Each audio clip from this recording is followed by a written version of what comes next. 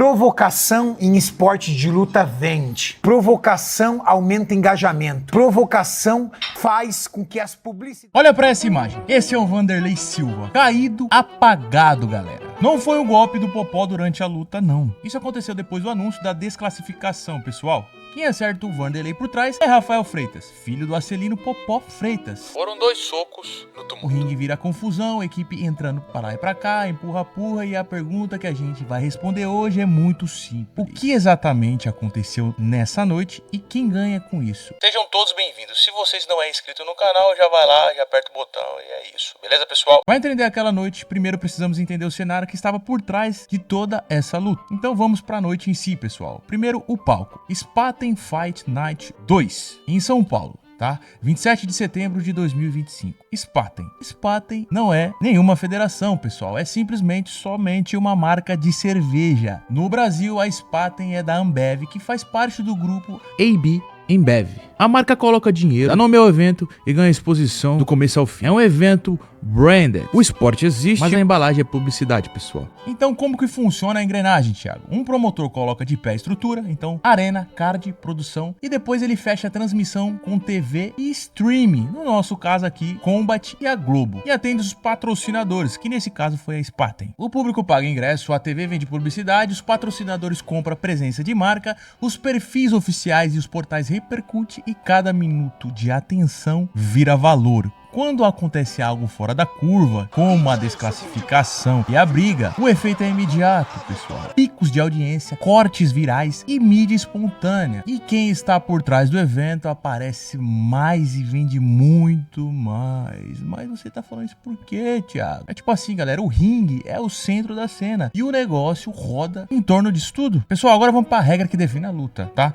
No boxe, por exemplo, cabeçada é falta grave. No clinch, que é quando os lutadores se agarram por alguns instantes, o juiz precisa separar. Ele faz isso porque o boxe é uma luta de golpes, galera, e não de agarrões. Se os atletas ficam travados, a luta perde ritmo. E é nesse momento que podem acontecer irregularidades, como a cabeçada. E se for identificada cabeçadas repetidas, o juiz pode advertir, tirar pontos ou até desclassificar. E foi exatamente o que aconteceu no quarto round. Depois de várias advertências, o árbitro encerrou a luta por desclassificação do Vanderlei. Com o anúncio, parte das equipes invadiu o ringue. As versões se cruzaram. E aí veio a cena que você já viu lá no começo do vídeo. O filho do Popó acertando o Vanderlei por trás. E tem um fator técnico que pesa nessa história e o público leigo precisa mastigar para entender. E é isso que a gente vai trazer para vocês aqui. A diferença de peso. O Vanderlei, galera, entrou bem mais pesado. Cerca de 20 quilos a mais. Em clinch, qualquer movimento de cabeça de quem está mais pesado gera impacto muito maior.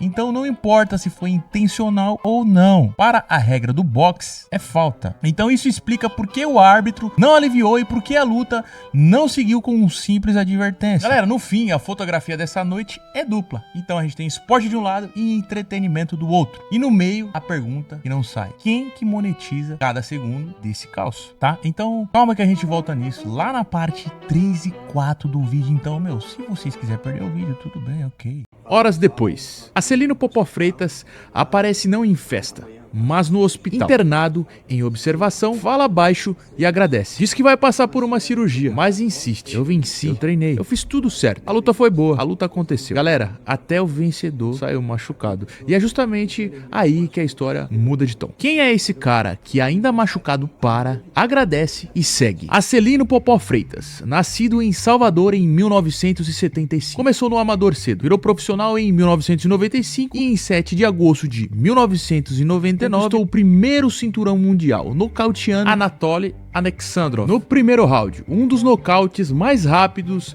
em disputa. Em 2022, venceu o atleta Joel Casamayor e unificou WBO e WBA. Para quem não sabe, o WBO é a Organização Mundial de Boxe, beleza, pessoal? Uma das entidades mais respeitadas do esporte. Na sequência, defendeu contra Daniel Atá e Juan Carlos Ramírez. Em 2023, a guerra com Jorge Larriena, terminando com o Popó derrubando ele no 12º round, pessoal, e recebendo a honraria de super campeão da WBO. Em 2024, sobe para os pesos leves e derrota o invicto Arthur Grigorian por decisão unânime, virando tricampeão mundial. A primeira derrota vem em 7 de agosto de 2024 contra Diego Corrales. Em 2026, pessoal, recupera o cinturão dos leves da WBO, vencendo Zahir Rahen. Em 27, perde na unificação para Juan Dias e anuncia a primeira aposentadoria, pessoal. Mesmo assim, o nome Popó não saiu da cena. Em 2012, a vitória sobre Maicon Oliveira marcou a despedida que lotou a TV e ficou entre os assuntos mais comentados do país. Em 2022, a exibição com Whindersson Nunes transformou o boxe em show de massa no Brasil. Vieram novas apresentações: Bambam, Grilo, El Chino, Duda Nagler, todas dentro da lógica que você está vendo aqui. O atleta histórico que entende o esporte como produto.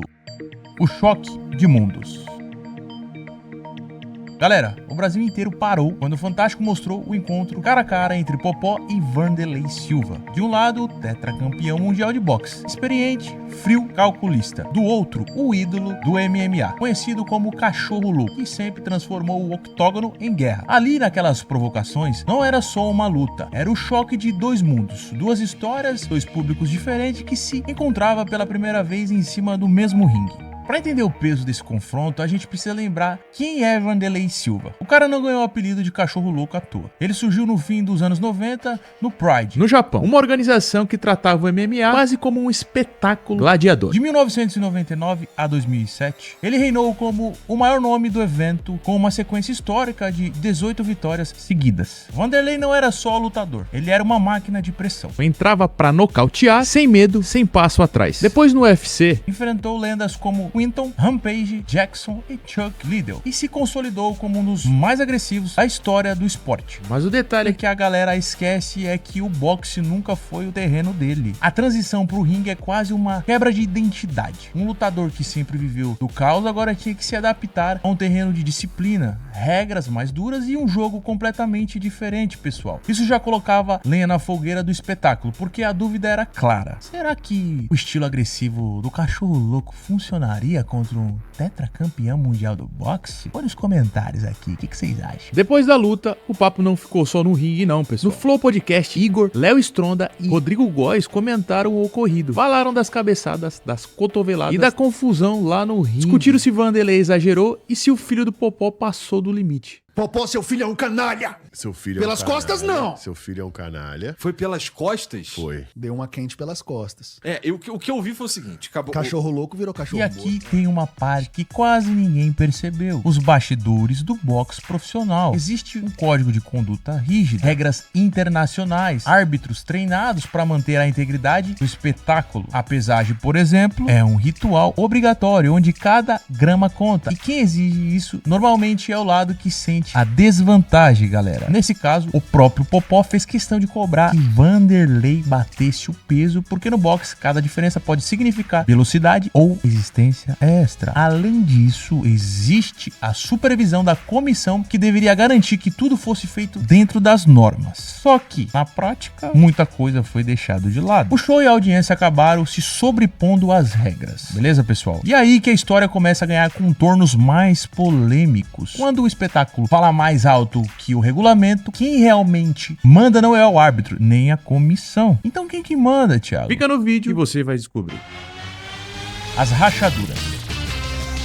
Essa noite deixou claro, não era só luta, era negócio, patrocínio, aposta, audiência, tudo empurrando o show. E não é a primeira vez que o boxe se perde nesse caminho. Décadas atrás, teve uma luta que mostrou o preço real de deixar o espetáculo falar mais alto. E o que aconteceu lá foi muito pior. Para entender o tamanho desse episódio, a gente precisa voltar no tempo. 16 de junho de 1983. Madison Square Garden, Nova York. Para quem não conhece, o Garden é considerado a catedral do esporte, palco de shows históricos e de lutas lendárias. Naquela noite, se enfrentaram Louis Resto e Billy Collins Jr. A equipe do Resto, no canto dele, era liderada pelo treinador Panama Lois, pessoal. E foi ali que aconteceu algo criminoso. Eles adulteraram as luvas, retiraram o acolchoamento e colocaram gesso nas bandagens. O resultado foi brutal. Collins Jr. levou 10 rounds de castigo, sem entender por que os golpes estavam tão devastadores. Saiu do ringue com danos irreversíveis na visão, nunca mais pôde lutar e meses depois morreu em um acidente de carro, que muitos acreditam ter ligação ligação direta com o trauma daquela noite. Panama Lois Foi banido do boxe pra e sempre. resto acabou sendo preso junto com ele. Pessoal, por que a gente tá lembrando disso agora? Porque lá foi gesso na luva. Aqui em 2025 Foi um soco ilegal. fora de regra, dado por alguém que nem atleta era. Galera, então a forma mudou um pouquinho, né? Mas a essência é a mesma. Quando a regra é quebrada, quem paga é sempre o lutador. E dessa vez, quem pagou foi o cachorro louco, Vanderlei, né? E não é só adulteração de luva ou suco covarde. A lutadora Mayele expôs como a manipulação pode acontecer de outras formas. Ela contou que em muitos eventos, um atleta recebe a notícia da luta com 3 ou 4 meses de antecedência. Yo creo que muchos piensan que la estafa es algunas veces únicamente monetario, pero no. Me ha tocado también peleas en donde el gane se ve justamente reflejado en nosotros. Sin embargo, por situaciones de promotoras, situaciones que están impulsando a una boxeadora, al final el gane se lo dan a ella. O sea, la estafa también surge a través de cómo tú llegas a una pelea.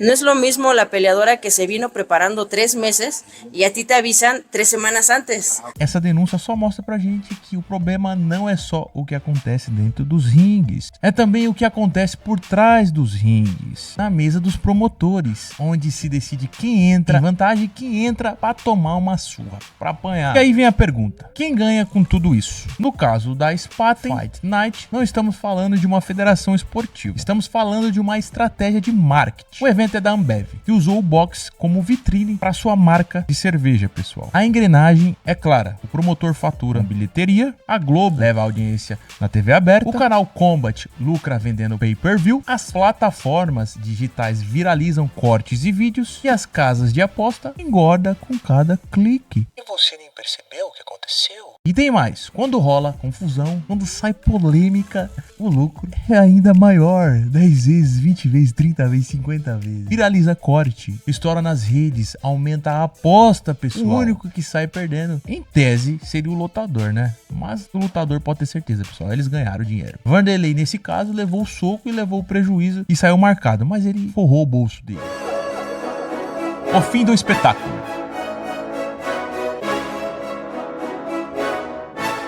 Quando a luta acaba e o gongo soa pela última vez, muita gente acha que o espetáculo morreu ali, mas na verdade é nesse momento que ele começa de verdade. A transmissão encerra, o público vai embora, mas os números começam a correr. Quem organiza o evento abre a planilha de vendas. Quantos ingressos bateram? Quanto deu de pay-per-view? Qual foi o pico de audiência? Os patrocinadores querem relatório. Quantas vezes a marca apareceu na tela? Quantas menções nas redes? As casas de aposta usam dados. Quanto girou em volume durante a luta? E a mídia caça os cortes mais polêmicos. A encarada, o empurrão e até o soco proibido. Provocação em esporte de luta vende. Provocação aumenta engajamento. Provocação faz com que as publicidades ficam mais... Você ouviu? Provocação vende. Não é opinião solta, é o motor do evento moderno. O ringue hoje é vitrine. A encarada, a coletiva, o microfone aberto, o pós-luta, tudo vira produtinho, galera. A lógica deixa de ser só quem luta melhor e passa a ser quem rende mais atenção, retenção, watch time, né? E a atenção, galera, é moeda. Cada clique vira dinheiro. Pra emissora, pro patrocinador, pra plataformas de cortes e para as bets, pessoal. O ponto do Cariano é simples e duro. Quando o entretenimento assume o volante, o esporte vai pro banco de trás. O público acha que está vendo boxe versus MMA. Na prática, até está consumindo um show roteirizado para performar nas métricas. Vamos deixar mastigado. A regra existe para segurar a emoção dentro do esporte. No boxe, quem passa do limite é divertido. Perde ponto e pode ser desclassificado, pessoal. O problema é quando a narrativa atropela a regra. Vende-se MMA e boxe como se valesse tudo, Mas na verdade o acordo era as regras do boxe, pessoal. vale a técnica de boxe, vale a conduta de boxe. E por que isso importa? Porque quando o público compra a ideia de que o vale tudo emocional é parte do pacote, a fronteira se apaga. Empurra vira entretenimento, invasão vira clima, soco fora da regra vira cena, aí a cobrança por punição parece estragar o show, pessoal, quando na verdade protege o esporte. Então, resultado prático, o árbitro pressionado, comissão no holofote, patrocinador blindando a marca e cada lado tentando ganhar a disputa de narrativa no dia seguinte, sabendo que isso foi uma vergonha. Isso foi uma vergonha.